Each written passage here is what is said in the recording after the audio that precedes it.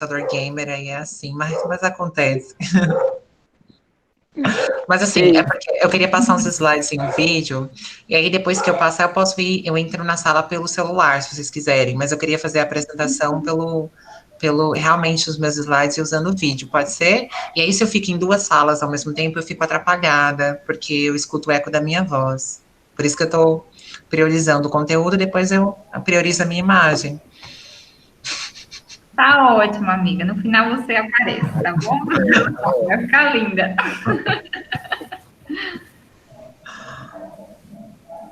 pode ficar à vontade. Bom, a gente vai começar a semana, né? Assim, serão alguns dias de atividade do projeto Construindo Pontes. Esse projeto, que nós do CAPED idealizamos, ele é voltado para todas as pessoas que compõem o curso de pedagogia e todas que se interessem por essa discussão tão importante na nossa sociedade. Exato. Discutir questões LGBTs que ia mais é é uma das principais formas que nós temos para não abrir a mente, mas abrir espaço para nós na sociedade, né, que há tanto nos julga e nos oprime. Exato. Bom, como vocês já devem ter visto, nossas convidadas maravilhosas vão aqui conversar com vocês hoje, seguindo a nossa temática da pauta de hoje, não é? E tem o objetivo de ser LGBT+, dificuldades e possíveis caminhos. Exato. Bom, que dificuldades serão essas? Que caminhos são esses? Será que existe, assim, uma fórmula certa? Tudo isso a gente vai discutir aqui hoje, né? Legal.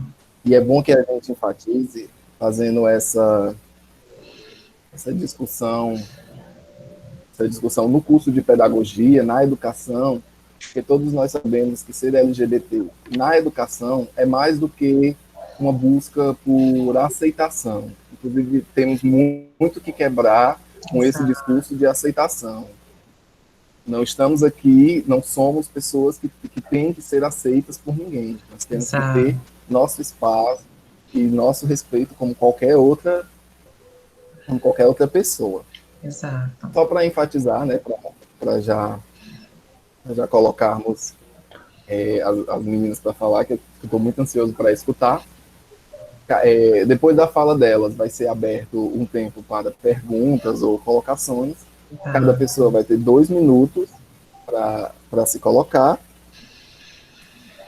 E quem não estiver falando, por favor, mantenha os microfones e as câmeras desligados, porque assim melhora a qualidade do vídeo e do áudio para todo mundo. Escuta a gente pelo telefone, não pela televisão, tá bom, gente? Então, escuta a gente pelo áudio e não pela webcam. Uhum. Então, sem mais delongas, eu vou passar agora a fala para a Emily e a gente vai se conversando aqui até no decorrer da live. Ai, obrigada. Deixa eu ver se eu consigo compartilhar com vocês eu vou compartilhar. Se apresente primeiro. Minha janela, tá? Eu vou me apresentar, então vamos fazer as apresentações. Eu sou Emily Mel Fernandes de Souza, né? Eu sou psicóloga clínica, formada pela UFRN, e eu também possuo mestrado, né?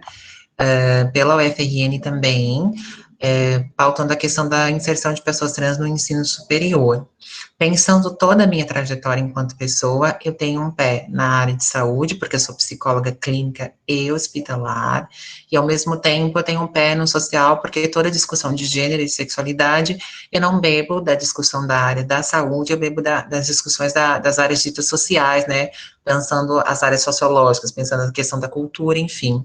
Então eu bebo do serviço social, da sociologia, da antropologia, da história, porque para poder poder falar dessas questões, a gente precisa falar também de histórias, de componentes estruturantes da sociedade.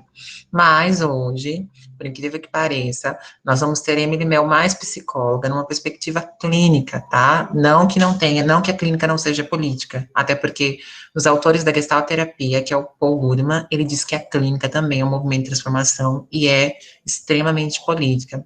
Mas eu quis fazer uma diferenciada para falar um pouco, né, das questões LGBTs na clínica, como é que é para a psicologia, como é que é para nós, e de um assunto extremamente importante, tá? E aí eu queria compartilhar os meus slides, queria agradecer a todo mundo que está aqui, de coração, muito obrigada por estarem aqui, é muito bom ver vocês aqui, eu estou muito feliz, e agradecer a parceria com essa minha amiga, que além de ser minha colega de graduação, também é da turma Emily Mel, colega de mestrado e uma grande irmã, além de uma grande profissional. Eu tenho orgulho de estar aqui compondo essa live com Ingrid Lavor, que é uma referência para mim também, né, na psicologia clínica fenomenológica existencial.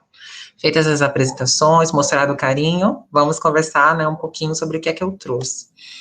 Eu vou compartilhar o ecrã inteiro, opa! Eu vou compartilhar e vou colocar os meus slides, tá? Eu preparei uns slidezinhos bem bonitinhos. Gente, alguém me responde se tá vendo, se tá me ouvindo. Alguém tá... Vendo e ouvindo Sim, perfeitamente. estamos vendo. Tá tudo bem, estão me ouvindo bem? Ok. Então, Perfeito. como eu falei, eu sou psicóloga clínica e mestre em psicologia, e eu amei, assim, pensar as questões LGBTIs, LGBTIQ+, eu geralmente uso LGBTIQ, né, ou LGBTI, como eu usei na minha dissertação, mas a gente sabe que essa sopa de letrinhas, ela só tende a aumentar, né, porque cada vez nós estamos tendo cada vez mais expressões de gênero e sexualidade. Mas um assunto que eu queria falar com a gente era sobre o sair do armário, né? Quando me fizeram a primeira proposta, pediram que eu falasse sobre, como eu posso dizer, que eu falasse sobre a minha experiência de sair do armário. E aí eu quis fazer uma outra coisa, eu quis falar um pouquinho mais teoricamente sobre sair do armário e como que é para a gente da psicologia pensar essas questões. Mas quando eu falo da psicologia, eu falo uma perspectiva coletiva, mas também individual, trazendo para nós, para que a gente reflita. Inclusive, a gente, né, vocês que são da pedagogia, a gente que é da psicologia, a gente trabalha com relações humanas, com pessoas, né, com humanas. Então, tudo isso que a gente conversa também pode servir para ajudar pessoas que a gente encontrar no nosso caminho.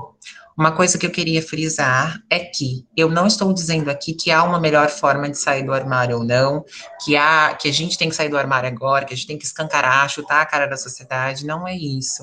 O que eu quero propor é uma discussão de como esse processo pode ser mais fácil, ou o que pode dificultar esse processo, e como a gente, enquanto sociedade, enquanto pessoas, a gente pode pensar essa questão, ok? Então, eu vou estar falando, permeando assim.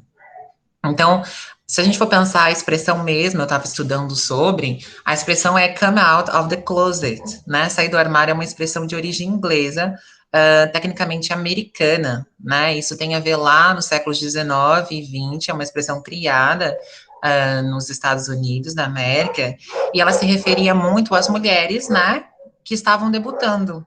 Olha que engraçado. Então, numa sociedade machista e patriarcal, a gente tem que colocar isso. As mulheres com certa idade, elas debutavam, já eram colocadas como possíveis mulheres para se casar, enfim, reproduzir toda a ordem estrutural, né, de gênero, né, inclusive opressora.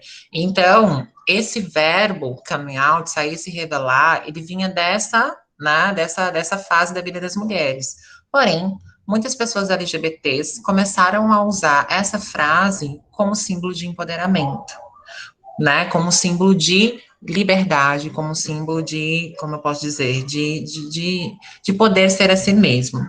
E é muito engraçado que a experiência do armário, né, ela é uma experiência, como eu posso dizer, muito marcante na vida de muita LGBT. Eu não sei se tem LGBTs na nossa palestra, no nosso diálogo, mas, assim, se vocês pudessem me responder, eu não estou vendo, se vocês pudessem me responder, se quisessem responder por voz, se sente seguro, mas também se não quiserem responder, não respondam, tá tudo bem. Mas quem aqui precisou ficar no armário antes de se mostrar? Alguém? Não estou conseguindo ler, tá, gente, que eu estou só com o meu ecrã aberto. Eu tive que viver no armário né? Até todos nós. Tá, eu não... Eu Ok. ainda do armário. Eu tentei ficar no armário, basicamente nada. Mas se eu tivesse que escolher, seria independente. Uhum. Mais alguém? Ok. Mais alguém que eu não estou enxergando, então vocês vão me estar analisando. Mas é realmente isso. Alguns autores, né, como o Galego, ele vai colocar, os autores que eu usei para compor essa fala, eles colocam, inclusive eu na minha dissertação, que essa é uma experiência comum à maioria dos LGBTs. É muito difícil encontrar um LGBT que não tenha passado por essa experiência. E quanto mais velho ele é, mais essa experiência foi muito marcante para ele. As novas gerações, com o debate de gênero e sexualidade sendo perpetuado lá na década de 70, ganhando força nos anos 2000, e agora, de 2010 para cá, a gente tem um boom desses estudos, assim, políticos, de forma política, a gente consegue ver essas questões evidenciadas em todos os lugares, inclusive na mídia, e aí, né, tem ficado um pouquinho mais fácil. Mas mesmo às vezes as pessoas, inclusive dessa pesquisa, que tinham pais favoráveis, às vezes elas ficavam no armário por medo da mudança de relações, né, entre as pessoas. Então é importante frisar isso. O que é, quando a gente pensa no sair do armário, às vezes a gente culpa, né, aquelas pessoas que estão no armário, porque a gente acha que é só assim, é só revelar minha sexualidade e é revelar o meu gênero, né? A gente vai numa concepção simplista do ser humano. Se a gente for pensar numa questão interseccional, eu sou feminista interseccional, eu papo questões do transfeminismo, mas eu também bebo muito do feminismo negro, enfim, eu vou bebendo de outros feminismos, a gente vai percebendo que se ser mulher, a mulheridade, não é só ter uma vagina, um corpo para reproduzir, não é só ser branca, classe média alta, quem dirá LGBTs? Então, LGBTs, assim como as mulheres cis, homens cis, como qualquer pessoa, para além da sexualidade do gênero, ele vai trazer outros marcadores sociais, né? Então, a gente tem que levar a renda, o status social, a idade, a escolaridade, a cor, né? Assim, a cor, etnia da pessoa, porque uma coisa é você ser uma mulher trans branca e outra coisa é você ser uma mulher trans negra. Hoje, o que a gente tem é que as mulheres trans negras, elas estão numa situação muito pior do que as mulheres trans brancas, e as mulheres trans negras são as mais assassinadas dentro, né, do movimento trans. E por que será? Porque a gente tem uma intersecção de ser mulher, de ser trans e de ser negra, onde o racismo estrutural ceifa muitas vidas. Então, quando você tem essas intersecções, você se torna um corpo matável, né, diante daquela necropolítica. Então, sempre que a gente vai olhar para alguém que está saindo do armário, eu, enquanto psicóloga, eu nunca penso só naquela sexualidade, só naquele gênero. Eu penso na pessoa envolvida em todo o seu contexto social. E aí a gente tem que entender que existem relações estruturantes na sociedade. Vocês vão concordar comigo que o racismo é uma delas. O racismo estrutura a sociedade, o machismo estrutura a sociedade, as relações de gênero estrutura, o heterossexismo estrutura, né? A cisgeneridade compulsória estrutura. Então, tudo isso deve ser levado em conta, né? E muitas vezes a gente não consegue entender, inclusive aquelas pessoas, ou até psicólogos não entendem, né? Os pacientes que não conseguem sair, que não conseguem dizer, que não conseguem se mostrar, porque a gente vai perceber que tem um grande leque de possibilidades sociais que podem ser ceifados conforme isso vá aparecendo, né? Uma coisa que eu vi em alguns estudos é que a maioria das pessoas que definiram sua sexualidade, geralmente elas decidem isso dizer quando já estão na universidade, né? E aí, se a gente for pensar, faz um pouco de sentido para mim, faz sentido que a pessoa consiga ter um espaço desde pequena, tá, Ingrid, como ludoterapeuta, para trazer isso depois, mas é mais fácil na vida adulta, por quê? Você tem uma emancipação maior dos seus pais, você já é maior de idade, então, como você é maior de idade, você, entre aspas, tem mais autonomia para fazer o que você quiser, você já está na universidade, em outro lugar, num outro locus, e num lugar que tecnicamente aceita nessa essa socialização LGBTI que aceita, né, de alguma forma, na minha interpretação a gente vê que não é tão aceita assim, mas que permite-se o fluir, permite-se o se estar ali naquele canto. Então, é muito engraçado que muitas pessoas, e foi o meu caso, só conseguiram assumir a sua sexualidade, a sua identidade de gênero na universidade, né? Então, até o fator da escolaridade é muito importante. E aí, a gente vai ver que o sair do armário é tão preocupante e tão difícil, que muitas pessoas, né, elas aceitam que, por exemplo, pense que elas são heterossexuais, ou muitas pessoas trans que são trans, elas escondem suas identidades de gênero. E eu não tô aqui fazendo um discurso, gente, que a gente tem que criminalizar essas pessoas e massacrá-las, não.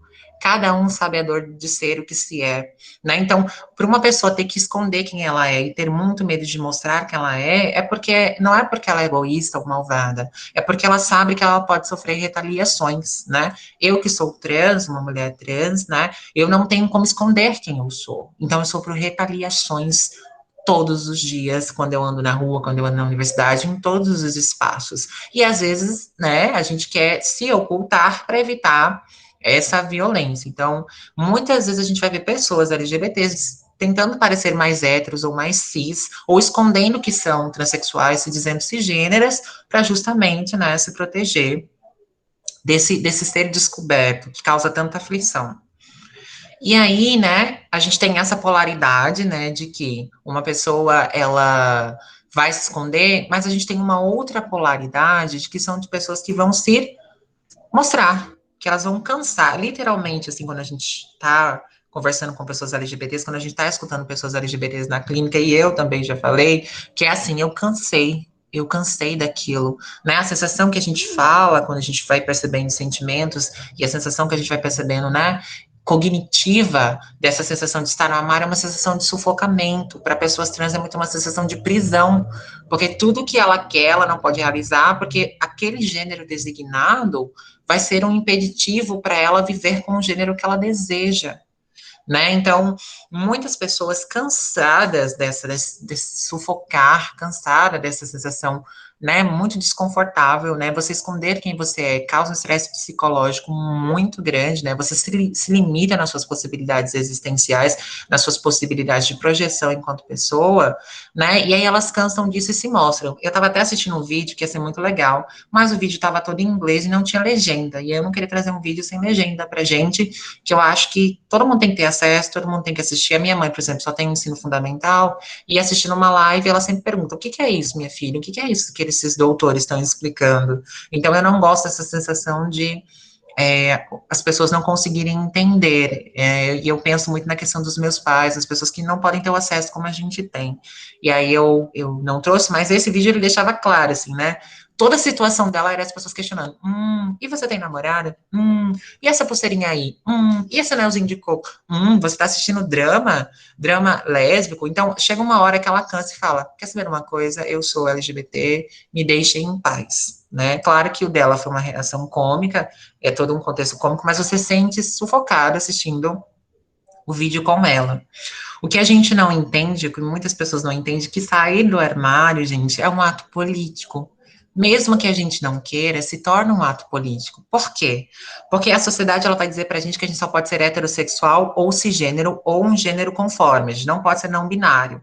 Quando eu resolvo externar a minha identidade sexual, a minha identidade de gênero, a minha não conformidade aos gêneros hegemônicos, aos gêneros mais perpetuados, né, na sociedade, se torna um ato político, porque eu estou confrontando, sem querer confrontar, mas eu estou confrontando as normas de gênero e dizendo, para além do que vocês colocam para mim, eu estou vivendo uma outra forma e essa forma é possível.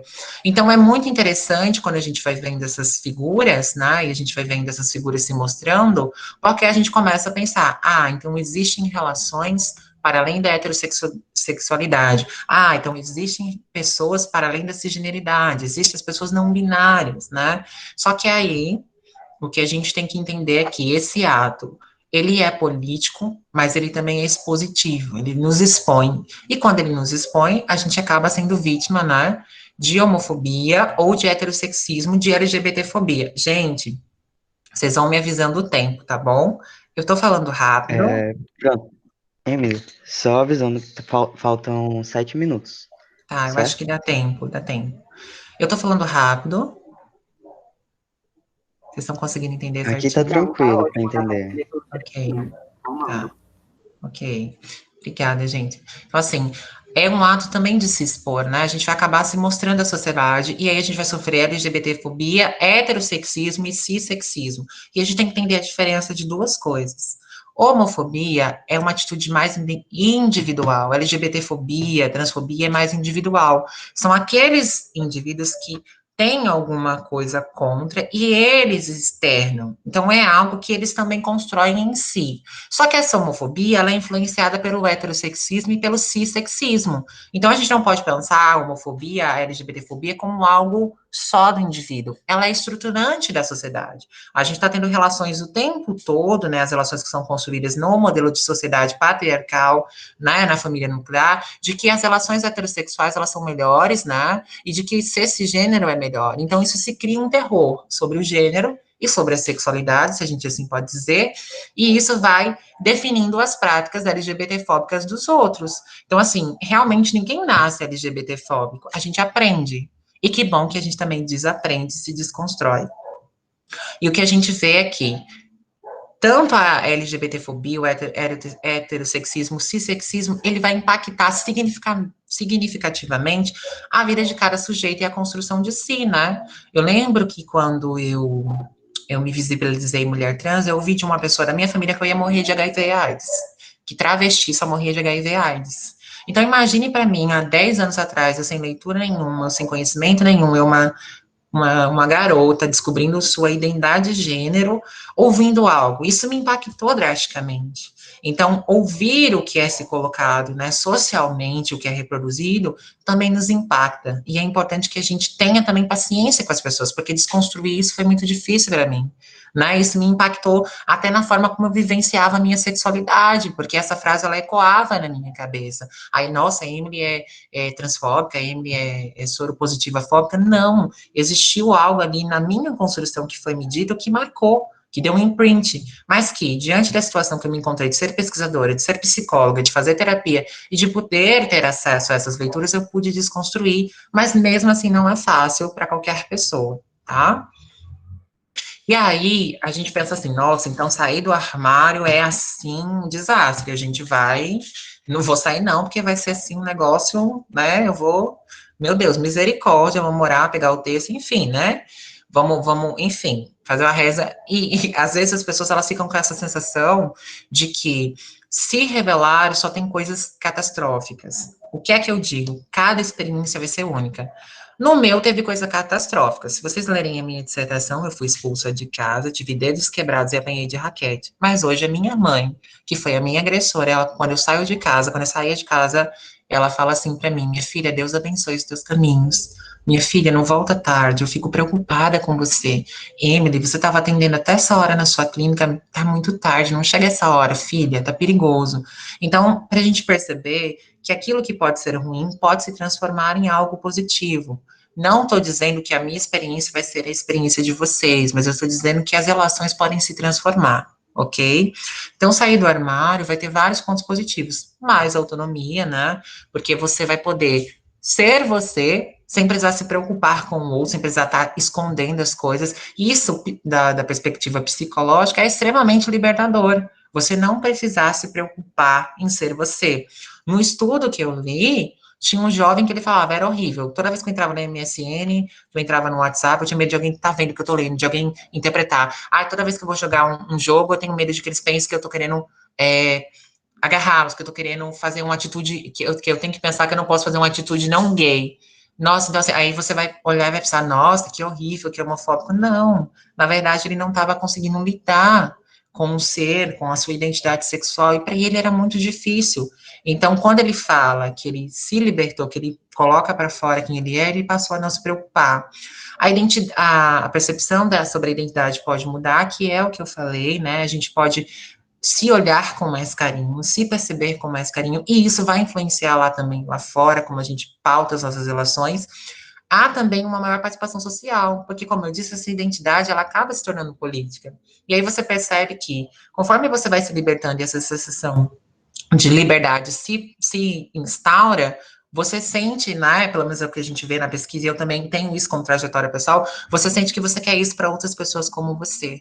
E aí você vai se engajando em grupos, você vai buscando, né, estar mais ativo na sociedade, você vai buscando se mostrar, e se mostrar de maneira positiva, entende? No sentido, assim, de executar uma ação em prol de algo maior na sociedade. E eu não tô falando isso naquele conceito cristão, moralista, não. Tô falando realmente de engajamento social, né? Muitas pessoas LGBTs, muitas pessoas dessas siglas, elas começam a se tornar ativistas assim no momento que elas resolvem externar, porque elas pensam que, assim como um dia elas precisaram ficar no armário, outras pessoas também estão, e essa experiência é muito ruim. Então, né, o que elas almejam, e eu também almejo, é uma sociedade mais equitativa e que as pessoas não sejam violentadas.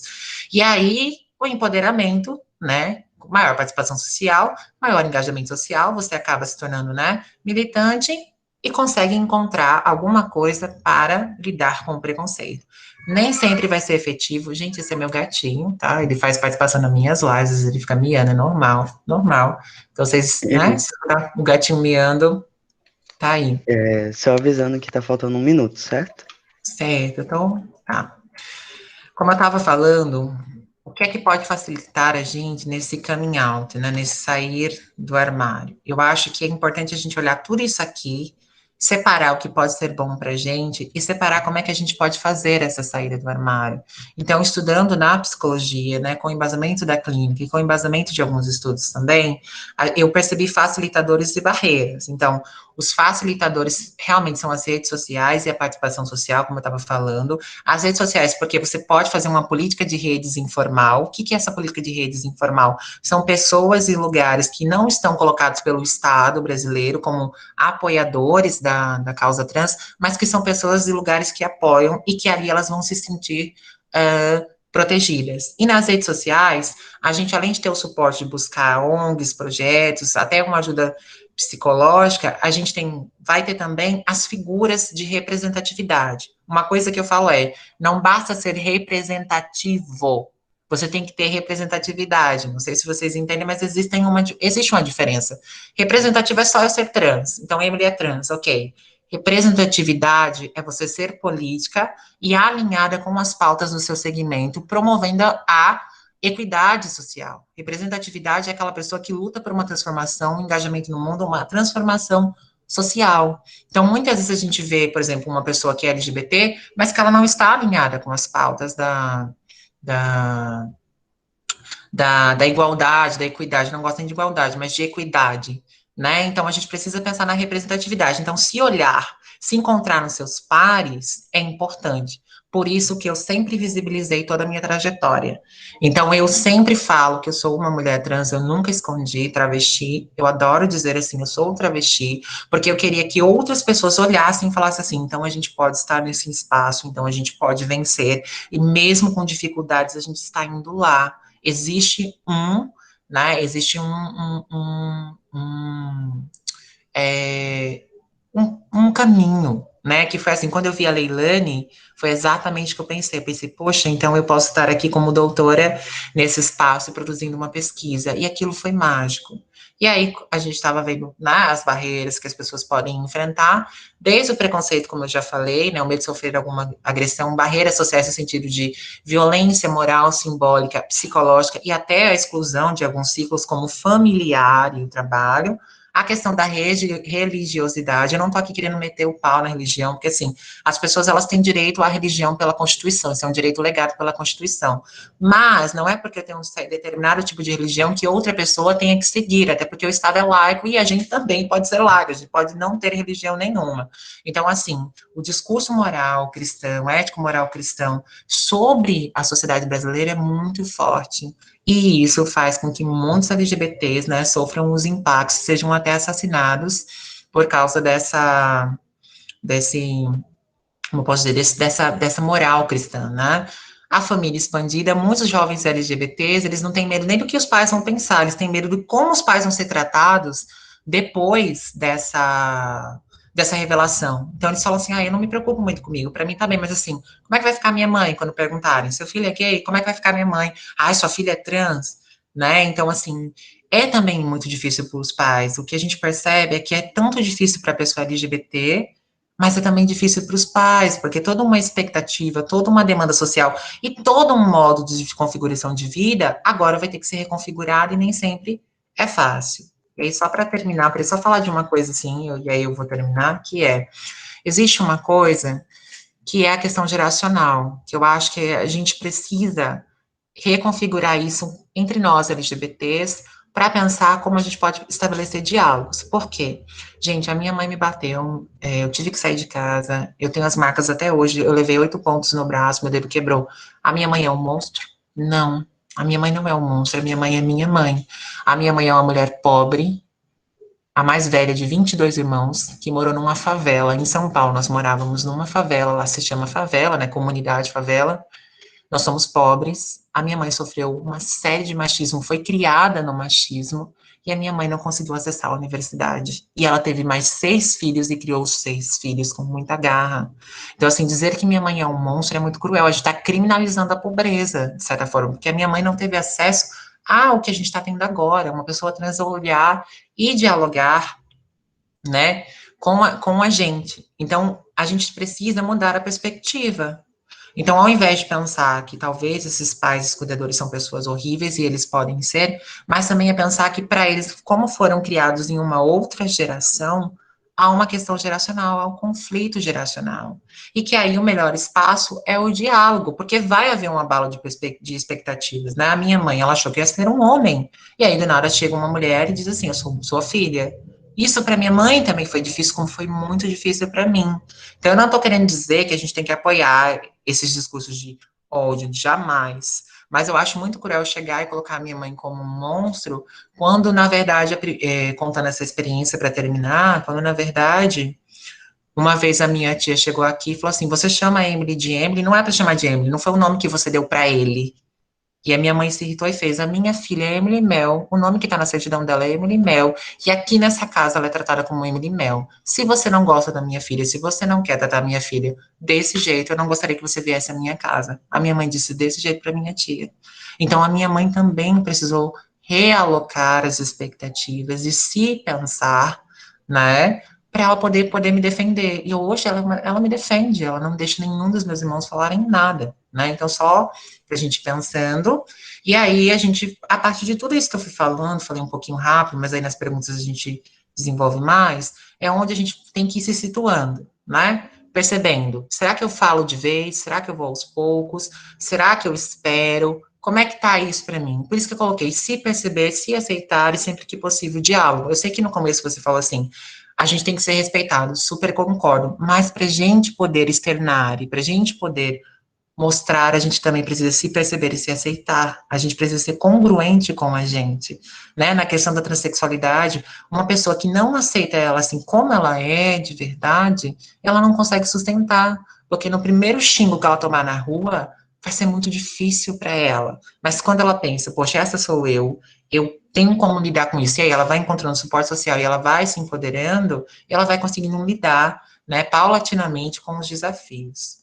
E eu queria só terminar com essa metáfora. Não silencie a mulher trans, por favor. Eu queria muito terminar com essa metáfora, que é a do tempo. Vocês estão vendo essa lagarta, esse casulo e essa borboleta? Essa é a lagarta do Ártico. A lagarta do Ártico, ela nunca morre congelada. Vocês sabiam que ela nunca morre congelada? O Ártico, ele é uma das regiões mais frias e que nunca se tem verão lá. Sempre é frio, mais do que na Antártida. A Antártida consegue ter um período de verão e o Ártico não. E essa lagarta, ela sobrevive pensando as condições climáticas. Ela sente o momento que é para ela se pôr no casulo e poder virar borboleta, né? Então, ela vai, o tempo todo ela se congela. Eu assisti um vídeo, é muito interessante. Ela se congela 5, 6, 7 vezes, porque ela sente que ainda não é o tempo. E aí, quando ela sente que é o tempo dela vir fazer o seu casulo, ela vai, faz um casulo e se desabrocha como borboleta. Eu penso que o coming out da gente, sair do armário, deve ser assim. Não é que a gente vai se congelar 5, 10, 15 vezes, mas a gente precisa sentir o nosso ambiente para a gente se proteger, porque muitas vezes a gente tem uma ideia fictícia de que tudo vai ser perfeito e não vai. Então, assim como essa lagarta que se congela e que espera e produz o seu casulo também no inverno para poder florescer na primavera, que a gente possa também, de alguma forma, né, através dessa explicação, através do encontro com o outro, buscar isso. Teos, ele sempre diz assim, que as pessoas, elas são um passarinho e elas querem viver como elefantes, como algo que elas nunca são. E como elas são empurradas para viver assim, elas começam a sofrer. E aí ele coloca, como deve ser difícil um elefante tentar voar. Como ser difícil um elefante tentar colocar ovos. Talvez aquele passarinho não seja melhor ele se ver como um passarinho e se encontrar assim. E aí ele está dizendo o quê? Que ao invés de a gente viver as projeções dos outros, a gente precisa viver as nossas projeções, tá bom? Então, essa é a minha reflexão como psicóloga, como pessoa trans, e deixo para o debate. Obrigada. Todos me escutam bem?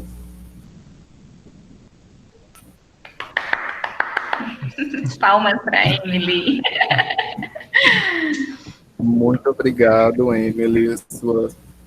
Suas colocações, elas são muito assim, importantes para o discurso e para o debate que nós precisamos ter enquanto sociedade, né? Já puxando para a área da educação, é muito importante que nós, como futuros professores, como futuros educadores, nós tenhamos essa visão de desconstrução do que nos foi ensinado. Exato. Porque pode parecer fácil as pessoas olharem de fora e dizer que nós, LGBTs, nós já sabemos de tudo e tudo bem, a gente não precisa mais falar. Mas não é assim, nós não sabemos de tudo. É um processo de desconstrução muito grande. E a sua fala sobre pensar o nosso lugar, pensar como o nosso lugar e as nossas vivências definem quem são, isso é o ponto-chave para que nós nos entendermos e começarmos a trabalhar a nossa questão de autoestima, de posição, Exato. de posicionamento político. Exato. E uma coisa que você falou que me fez refletir bastante agora, que eu escrevi aqui uma frase que foi: se conhecer, o tempo de se conhecer, ele vai levar a nos reconhecer. Podem parecer palavras assim muito parecidas, com o mesmo significado, mas você se conhecer é muito diferente de você se reconhecer. E você só pode ser um quando você tem o outro. E agora eu queria passar a palavra para a Ingrid. É tudo seu, querida. Obrigada. Boa noite de novo, né, para vocês. Queria agradecer também por estar aqui com a Emily, dividindo esse espaço. É uma honra para mim, até fiz a brincadeira. Deixem ela falar que eu que lute, né? Eu que sou cis que lute. E é isso mesmo, ela me chama de sister, né? Às vezes o cis tracinho T. E a gente tem essa relação de irmandade, de amizade, desde a faculdade. Emily foi minha professora, tanto que o nome da minha turma de graduação é Turma Emily Mel Fernandes de Souza. Então, se eu estou aqui dividindo esse espaço, se eu sei falar um pouco sobre as temáticas, eu consigo ampliar, né, meus horizontes. E hoje atender numa clínica, atendendo toda a diversidade e a pluralidade que diz respeito ao humano, né, uma pessoa humana atendendo outra pessoa humana, é que com certeza a Emily estava lá dando aula para mim em vida. Né? Tem Samara aqui também, que foi nossa colega de turma, e hoje ela está assistindo e ela sabe o que eu estou falando. Né? Não necessariamente cada um de nós, psicólogos em formação, precisávamos ser LGBT ou fazer parte de alguma letrinha para sentir a dor que eles sentem, para ouvir, para ter uma escuta aberta e qualificada e atenta. Né? A gente costuma fazer uma metáfora na clínica psicológica ou num plantão psicológico que você vá, que é como você procure uma sombra, né? Você procura a sombra depois de estar muito cansado numa estrada. E aí, quando você está nessa estrada, muito cansado, você procura essa sombra, e às vezes essa sombra é um psicólogo, é um terapeuta, é um amigo, é uma rede de apoio, como a Emily falou. E aí eu gostaria muito, né, de, na minha profissão, honrar o meu compromisso ético. A gente sabe que está no Código de Ética da Psicologia, né? Eu conheço muito bem os códigos de ética das outras profissões, mas no nosso está lá, né, escrito que a gente precisa defender, né, toda a existência humana. Então, eu gostaria de ser essa sombra para as pessoas que me procurem, esse recolhimento, esse apoio, né, esse acolhimento, e também tudo isso eu aprendi com Emily Mel, que foi minha colega e é minha irmã, né, de vida, mas é também a minha professora. Né? E aí, na minha trajetória, segui pela clínica, vocês vão perceber que eu tenho uma trajetória mais centrada na fenomenologia existencial, esse nomezinho longo, né? Mas que parte ali da base existencialista, e a minha forma de ver o mundo, a minha lente. Vocês vão perceber também que eu trabalho com crianças, com adolescentes, também com adultos, né? Mas o meu público ali, inclusive de mestrado, foram as crianças em instituições de acolhimento. Então, são crianças que também sofrem algumas rupturas em suas histórias de vida. E eu estudava justamente a importância das histórias de vida e da escuta da voz da criança. Vocês, pedagogos, vão entender bem o que eu estou falando, né? A criança como sujeito de direitos e a criança como alguém que tem voz, que não é aquele que não tem voz, como diz a palavra infante, né? E aí vocês sabem muito bem como foi a construção social da infância na família e como a criança é calada. E na minha pesquisa eu escutava essas histórias de vida por entender como a política pública ela se faz com histórias. E assim é quando a gente fala de questões LGBTs. Né? A gente precisa ouvir histórias de vida, entender que se tratam de pluralidades e multiplicidades de vidas e de diferenças. A gente não está, como as pessoas falam, estamos todos no mesmo barco, nunca estamos todos no mesmo barco, estamos em um mar revolto, no caos que se apresenta no viver, mas com remos muito diferentes e posições muito diferentes, em privilégios também.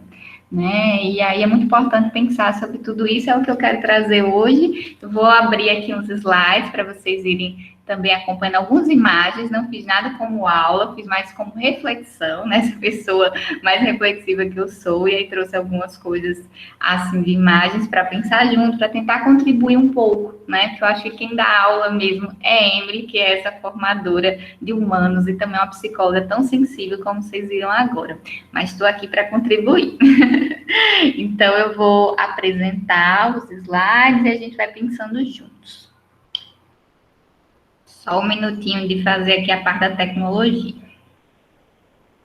Acho que eu já consegui. Vamos lá. Vocês estão vendo direitinho? Sim, estamos vendo. Sim.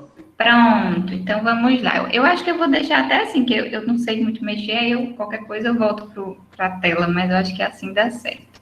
Pronto. Então, gente, esse símbolo que vocês estão vendo aqui é o símbolo da clínica onde eu atuo, né, que eu pensei junto com o meu sócio, e se chama Espaço Psicoterapêutico Desvelar. O desvelamento é uma palavra muito importante, né? O desvelar, esse verbo. E vocês vão falar, mas o que significa exatamente desvelar? Né? E aí vocês vão ver o símbolo. Eu não sei se vocês estão conseguindo perceber aqui, eu posso até ampliar um pouco, por isso que é legal também não fazer a transmissão de tela, porque eu consigo brincar aqui com vocês. Então, justamente esse pássaro borboleta que sai de uma espiral, né? Esse espiral que é a vida. Quantas vezes a gente se pega, né, presos, encobertos, né, em várias estruturas que não são postas. E na clínica psicológica a gente aposta que o ser possa se desvelar, que ele possa se desencobrir em processos próprios, né, que ele possa seguir ali a busca de seu próprio caminho, como a Emily falou tão bem da metáfora dela, que ela sempre traz, né, que é muito importante. E quando eu estava lá, pensando um símbolo para significar a palavra desvelar, né, que é sair de um velamento, daquilo que a gente vela, né, mas algo que se revela, que se mostra e que se desvela, no sentido que exige-se também um tempo para isso. Aí eu pensei nessa espiral, né, tem essa espiral, tem esse tempo, às vezes você fica perdido, né, com muitas dúvidas, muitas questões nessa espiral, e você tem o seu próprio tempo para vir a ser, para voar, né, como os pássaros, como as borboletas. Se você cobrir um lado da imagem, você vê um pássaro, se cobrir o outro, vê uma borboleta, né, e esses tons de azul e roxo, que são nossas cores lá da clínica. Emily também está numa clínica que chama Núcleo Devir, e também é bem bacana a proposta, né? O devir é outra palavra da psicologia. Eles vão dizer, nossa, mas como a psicologia tem palavra, tem bastante. E aí o devir fala sobre o vir a ser, né? E é justamente isso, o quanto a gente acredita na possibilidade de transformação do humano, que foi um gancho muito importante que a Emily fez no final, né? Quando ela estava falando sobre a transformação das pessoas, a gente não categorizá-las, mesmo as pessoas que têm posturas homofóbicas, mas elas também podem ter abertura para vir a ser como todos nós. Basta que isso se construa, né? Que isso se possibilite. Muitas vezes elas não se possibilitam, né? Por várias defesas, por várias barreiras que se erguem no viver delas, né? E aí Emily fala muito bem dessa questão geracional, de ter paciência, de poder chegar também, entender o lugar do outro, que também é uma viajante, né? Cansada numa estrada, com várias histórias, como é a mãe dela, né, Dona Lúcia, que eu gosto muito, mas que precisa ali de uma abertura, de um processo, de um tempo. E muitas vezes também ocorre de não se possibilitar isso, não se possibilitar o novo, por questões muito próprias. Mas é sim necessário que a gente sempre fale sobre as dificuldades de ser LGBT, os possíveis caminhos, que a gente pense junto e que a gente seja sombra, como eu falei lá no começo, né? Que a gente seja sombra, acolhimento, repouso, escuta, né? Que eu nunca cale uma pessoa, mas que eu consiga escutá-la. Isso eu acho que é primordial.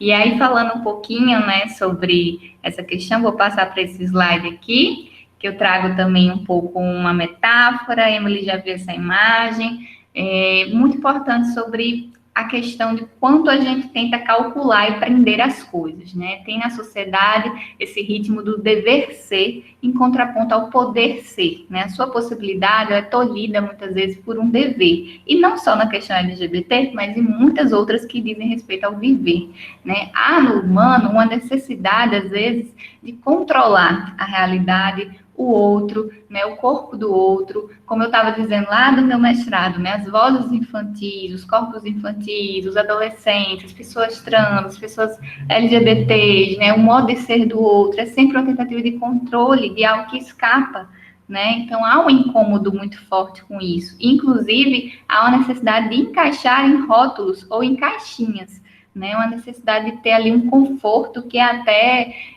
realmente positivista, né, se a gente for pensar cientificamente, é uma coisa assim, mas peraí, mas qual é a lógica? Mas é L, é G, é B, mas o que significa, né, sempre assim, né, um rótulo, mas me diga, o que você é, né, e quando a pessoa fica ali insistindo, perguntando, tentando arrancar o outro, né, como dizemos, arrancar o outro do armário, tirá-lo à força, mas isso não é permitir que ele apenas seja, né? Deixe o ser no mundo, deixe o ser se desvelar com tempo e paciência. E aí eu trouxe desse lado as caixinhas, vocês vão ver, né, elas soltas assim, e elas realmente precisam existir, né, para a gente conseguir organizar. E aí a gente na psicologia chama de pensamento calculante e meditante, né? O calculante é justamente esse que precisa organizar. A gente precisa ter política pública para cada uma das caixinhas de forma diferenciada, porque são necessidades diferentes, são pessoas diferentes. Mas eles não se limitam, as pessoas não se limitam a caixinhas e a rótulos, elas são mais, elas também são LGBTs, mas elas são seres humanos que gostam de fazer origamis, que assistem animes, que jogam, ou que gostam de esportes, ou que gostam de filmes, e aí cada um vai dizer quais são as suas características, né? Então, desse outro lado, eu coloco num pensamento mais de espectro mesmo, né? Uma coisa mais, realmente mais meditante, que você consiga ver o arco-íris, todas as cores juntas, né? Mas não só isolar e privar a pessoa em mais um armário ou em mais uma caixinha, né? Ali privando a sua liberdade de poder ser.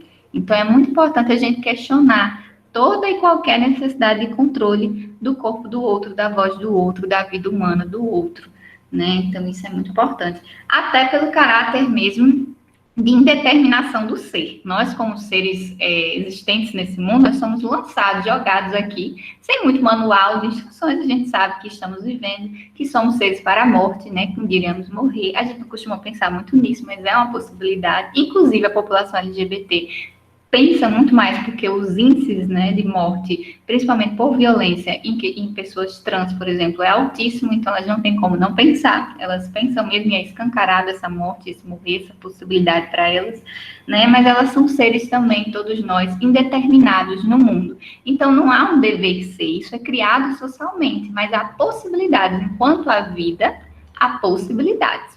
Aí eu não sei se eu estou falando rápido demais, vocês vão me falando também. Ok. Tá bom. Pelo menos estou achando. Tá bom. Então, nesse ser indeterminado, quando a gente começa a pensar a família, né? A família e a criança, a família e o adolescente, às vezes há ali uma necessidade de tomar aquela vida para você, né? De tomar aquela escolha para você, aquela decisão, aquele caminho para você, mas não é seu, né? A criança ou adolescente, ele precisa ter o tempo dele, se ele vai sair do armário, não vai sair do armário, como a Emily falou. Ele precisa lidar com aquela responsabilidade, que é a responsabilidade de entender o contexto de vida que ele vive, o mundo, porque nós vivemos numa historicidade, somos seres lançados, mas dentro de uma historicidade, de um tempo, né?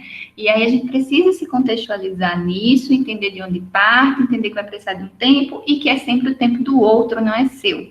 Mesmo quando a gente tenta cuidar, às vezes é um cuidado que sufoca. E os pais, os professores, as escolas, né, futuros pedagogos, têm que estar muito atento a isso. Né? Será que eu estou aqui dando lugar para essa criança, para esse adolescente, para esse jovem, ou estou colocando o meu lugar nele para ele se encaixar mais uma vez? Né? Então, isso é muito importante, e é importante para as famílias também que isso seja trabalhado, que isso seja refletido. Né? Essa coisa da responsabilidade que é da criança. A criança precisa de autonomia, o adolescente tem a sua autonomia. Deixe o ser, né? Essa provocação também que eu faço nesse início. Pronto, aí eu vou mostrar aqui uma outra imagem, não sei se ficou claro um pouco a metáfora que eu trouxe, né, das caixinhas, acho que sim. Aí eu vou trazer outra imagem que é também de uma série, que eu gosto muito. Eu sou uma pessoa que vocês vão ver, que gosta de muitas referências de séries, de filmes, né. Às vezes na psicologia a gente brinca que passa os 5 anos fazendo a análise das artes, né, mas a arte, ela representa muito liberdade e representa muito a vida. Então, por isso que a gente se utiliza tanto dessas reflexões. Aí eu vou trazer uma cena de Sense8, a Emily sabe que eu gosto de usar, mas aqui tá só na imagem mesmo, para não ocupar o tempo, e é com a Naomi, né, essa personagem que é uma atriz trans, né. Emily falava sobre representatividade, o quanto é importante, o quanto eu, como mulher cis, não me tocava, mas em conversas com Emily, eu fui me tocando que é muito importante, sim, você ver atrizes representando personagens trans, atrizes também trans, né? Ali você consegue se ver, você consegue ver uma verdade, né? Não que a arte não passe verdade se não for trans, passa também, mas ali ela consegue ver uma representatividade em seu caráter mais principal. Inclusive as diretoras de Sense8 ou produtoras, eu não sei dizer, as irmãs Wachowski, são mulheres trans também, que produziram Matrix. Para quem não sabe dessa informação, eu também sou nerd geek, então eu estou passando.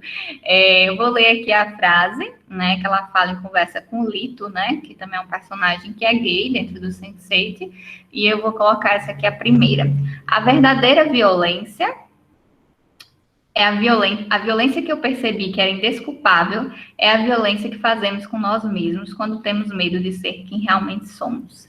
Né? Essa frase, ela fala dentro de uma história, né? Ela está contando um pouco da vida dela, está contando como é que foram os anos iniciais, a infância, é uma cena bem delicada, bem forte em Sense8, eu me emocionei muito, né? E ela fala sobre essa violência, quando a Emily fala, né, um ato político ser quem você é, e ao mesmo tempo a violência de viver encoberto, né, de viver não sendo quem você é, não se possibilitando o seu vir a ser, mas ao mesmo tempo entendendo que essa violência acontece também por outras violações, né? Geralmente uma violência gera outra violência, e aí a gente não pode culpabilizar esse ser, isolar esse ser, né, de que ele foi ali, por ele mesmo, ele ficou naquele encobrimento, né, na verdade é porque era difícil sair também, muitos fatores estavam envolvidos, familiares, de culpa, de moral cristã, dessa sociedade que lá desde a infância calou, né, a voz daquela criança, de relações de poder, né, diz muito respeito a relações de poder e controle, isso também é violência, e aí aquele ser, ele começa a se encobrir, a não mostrar, né, a não sair realmente, a não se desvelar como pessoa que é. E isso também é uma violência, né? Ele está ali em sofrimento. Então, eu acho muito bonitinha essa frase dela, essa apropriação de ser quem se é. Né? Que a gente não caia na impessoalidade, que é uma coisa que a psicologia fala, né? De ser ali, de seguir um automático, de seguir coisas impessoais que não dizem respeito ao sentido do que é a vida para você, mas que a gente possa cada vez mais se apropriar dos nossos projetos. Né? E aí, para isso, a gente vai precisar de tempo, de espera, de paciência, muitas vezes de terapia, para cuidar bem da gente, para a gente conseguir sustentar melhor o caos, né? Porque viver também é caos. E aí, a outra frase que ela traz é: parei de tentar me encaixar, tentar ser um deles. Sabia que nunca seria, e mais importante, eu não queria ser. Né? E é isso que eu falo, né? Na impessoalidade, que você não cai na impessoalidade de ser algo que não é seu, de tentar se encaixar. E ela fala, nunca seria, o mais importante, eu não queria ser, verdadeiramente ela não queria ser, né? Será que ela estava ali só realmente seguindo algo que veio como automático, né? Algo que veio determinado para ela, justamente como eu estava falando, esses modos de ser do aprisionamento? E aí são coisas realmente bem filosóficas que eu provoco e vocês vão pensando aí com calma, né? Que às vezes é muita informação de uma vez. Mas bem, tem essa cena aqui também que eu gosto muito, né? O Lito e o namorado conversando e o namorado fala para ele, não lembro o nome dele, mas eu sei que é o ator de Rebelde. Eu me lembro que o amor, como a arte, deve sempre ser livre. E aí eu trago a palavra liberdade, né? Eu acho que liberdade é uma palavra muito importante na psicologia, nos processos clínicos, para as crianças, para os adolescentes, para os jovens, para os adultos, para todo ser humano, né? A gente precisa que o nosso maior paradigma do viver seja a liberdade, né? Que a liberdade seja a nossa própria substância, como disse Simone de Beauvoir, né? E que a gente esteja ali buscando sempre esse caminho da liberdade, entendendo que há contingências nessa liberdade, mas entendendo que a gente pode construir possíveis, né? E aí o título de hoje é Dificuldades Possíveis, Possíveis Caminhos, né? Que a gente possa construir possíveis caminhos, inclusive com pessoas cis, com pessoas héteros, com toda a sociedade, que a sociedade, né, o Estado e todos, né, consigam levar para si essa grande bandeira que é a defesa da liberdade de ser quem se é, desse poder ser, que não aprisiona. E aí, falando um pouquinho sobre a questão dos pais, eu trouxe essa imagem desse quadro, que é lá da minha sala, tá um pouquinho apagada, porque eu peguei de uma amiga e ela fez esse trabalho meio artístico na foto, aí ficou assim com esse filtro, mas é um quadro que tem pássaros presos, e depois tem pássaros na parede, né? A gente fez adesivado, então tem toda uma situação lá na sala da minha clínica, a Emily vai lembrar. E eu acho muito interessante quando as pessoas sentam lá naquele sofá antes da pandemia, certo? Porque agora eu tô atendendo online, a Emily também, viu? Quem quiser agendar, e aí, brincadeira. E aí, lá na clínica, né, antes da pandemia, as pessoas sentavam naquele sofá e olhavam para esse quadro, né? E em todos os processos, sejam de pessoas LGBTs ou não, tinha essa afetação, né? Pássaros presos, mas pássaros livres também que saem.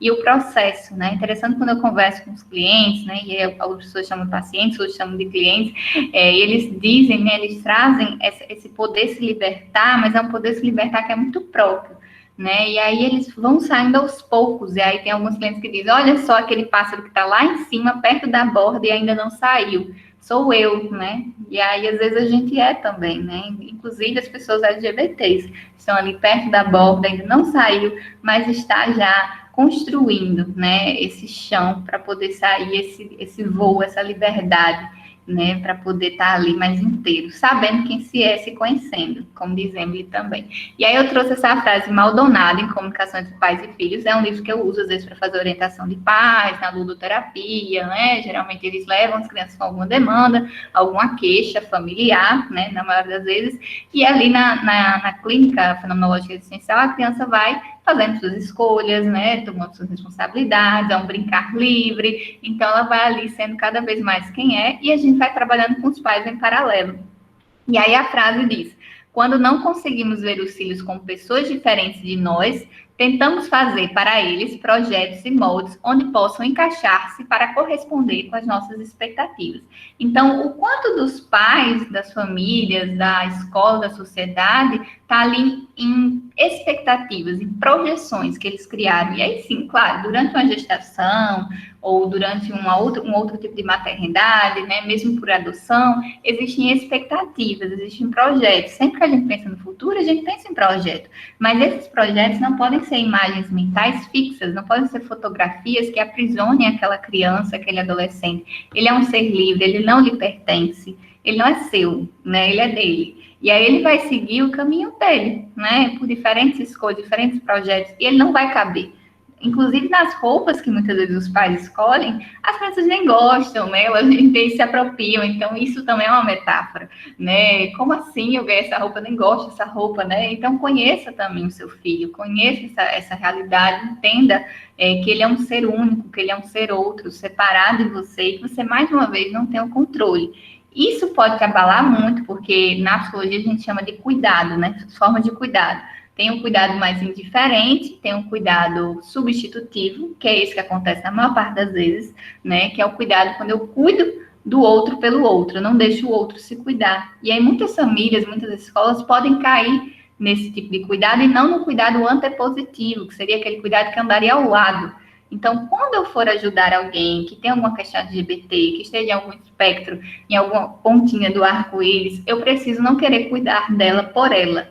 eu preciso cuidar de mim e ensinar que ela também pode cuidar dela e estar ali ao lado, né? Então, esse cuidado substitutivo, ele sufoca, né? Muitas vezes. Então, a gente precisa prestar atenção o que é demanda sua, que você está colocando o outro apenas ali por questões mesmo de medo, de querer passar à frente. E não adianta passar à frente, né? Muitos pais relatam, não, mas eu tenho medo do que pode acontecer, né? Se ele vai agora se desvelar, né? Se eu diria essa palavra, como pessoa trans ou como pessoa LGBT, gay, lésbica.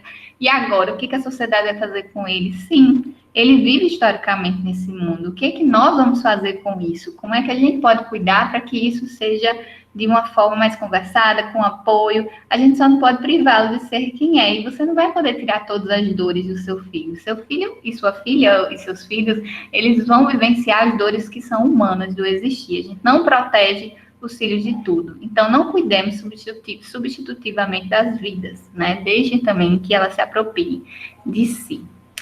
E deixa eu ver só. Eu tenho quanto tempo para ter uma margem? O tempo já acabou, mas pode continuar falando, viu? A gente tá bom. adorando. Se quiserem calar, assista, tudo bem, sabe? Eu já sei que é um privilégio.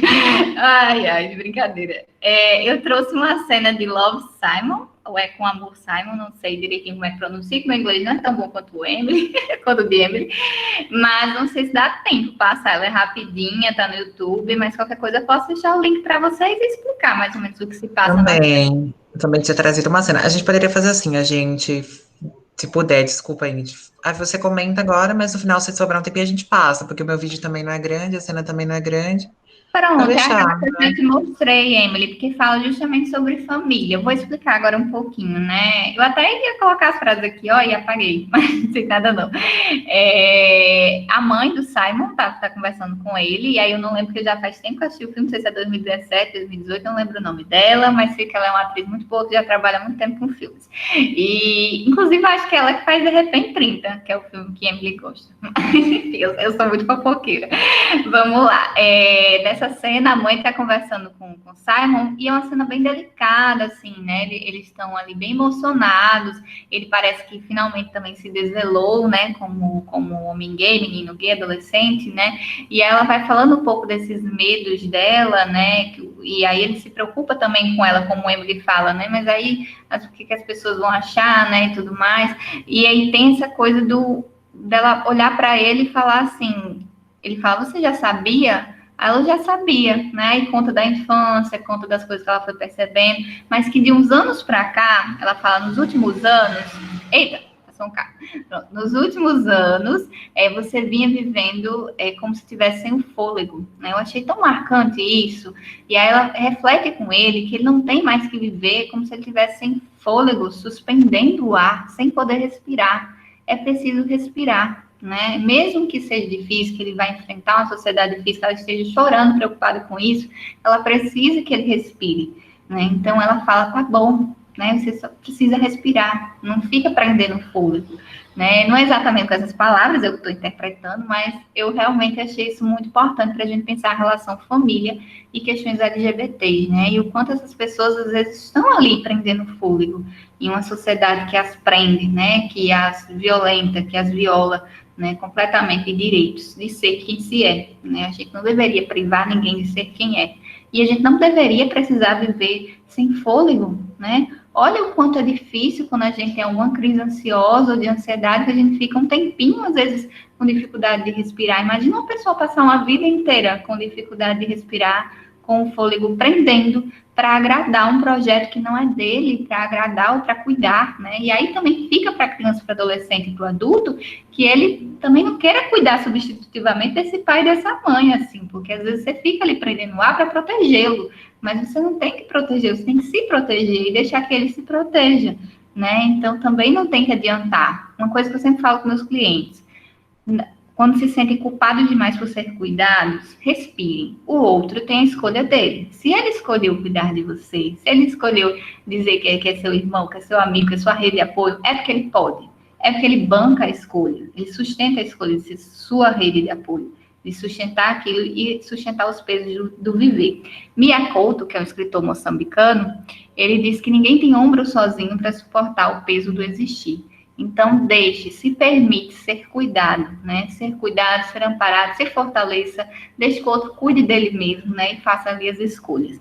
E aí eu trago essa frase de Machado, né? Que é uma das autoras da fenomenologia infantil, e ela diz: o mote da fenomenologia da infância é deixar a criança ser o que ela é, sem nunca deixá-la à deriva. Então, o adulto, a escola, a sociedade, a família precisa ser uma presença ausente na vida dessas crianças, desses adolescentes. Presença para estar ali, amparando as suas quedas, suas dores, né? Mas precisa ser ausente, deixando ela ser o que é, sem nunca deixá-la à deriva, né? Precisa deixar ela viver. Eu acho que é a mensagem que eu queria deixar. Eu vou só passar mais 2 slides, ninguém interromper meu tempo.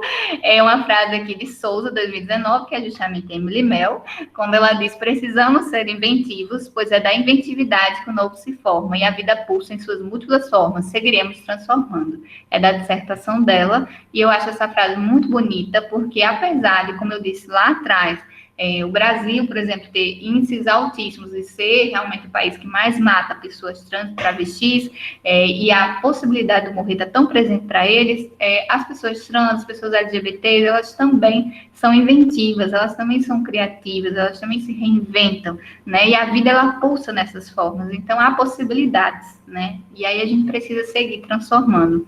Aí eu trouxe essa frase da Chimamanda também, escritora nigeriana, que diz: o problema com a questão do gênero é que ela dita como nós devíamos ser, ao invés de reconhecer como nós somos.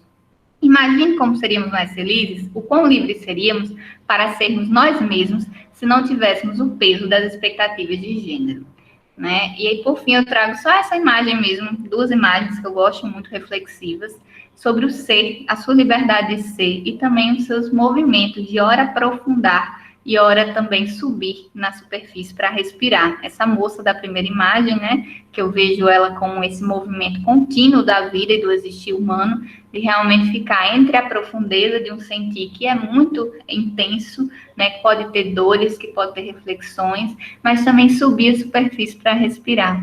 Né? Não prenda o fôlego, tome fôlego, né? Suba a superfície, se organize. Vai ter dia que não vai dar, né? Que não vai dar conta. Chame alguém, fique ali na superfície um pouco. Não precisa ficar mergulhado o tempo todo no que é muito doloroso, né? E peça ajuda. E aí tem essa imagem também que foi de uma ilustradora, Tainá Almeida, que ela também ilustrou a minha capa da dissertação, e essa é uma outra imagem que vocês encontram na página dela. E eu gosto muito. Lá na imagem é até um GIF, que é a menininha, não sei se é menina, se é menino, não sei. É aqui uma pessoa bem gender fluid, que ela desenha as personagens dela. Ela fica equilibrando-se nesse coração. Eu acho essa metáfora tão linda, né? Que durante as dores de viver, as violências que as pessoas LGBTs passam, que elas possam equilibrar-se, né, nessa vida. Saber lidar com os nossos sentimentos é aprender a equilibrar-se todos os dias. Então, é um pouco a frase que eu queria trazer, e o filme fica para outra hora.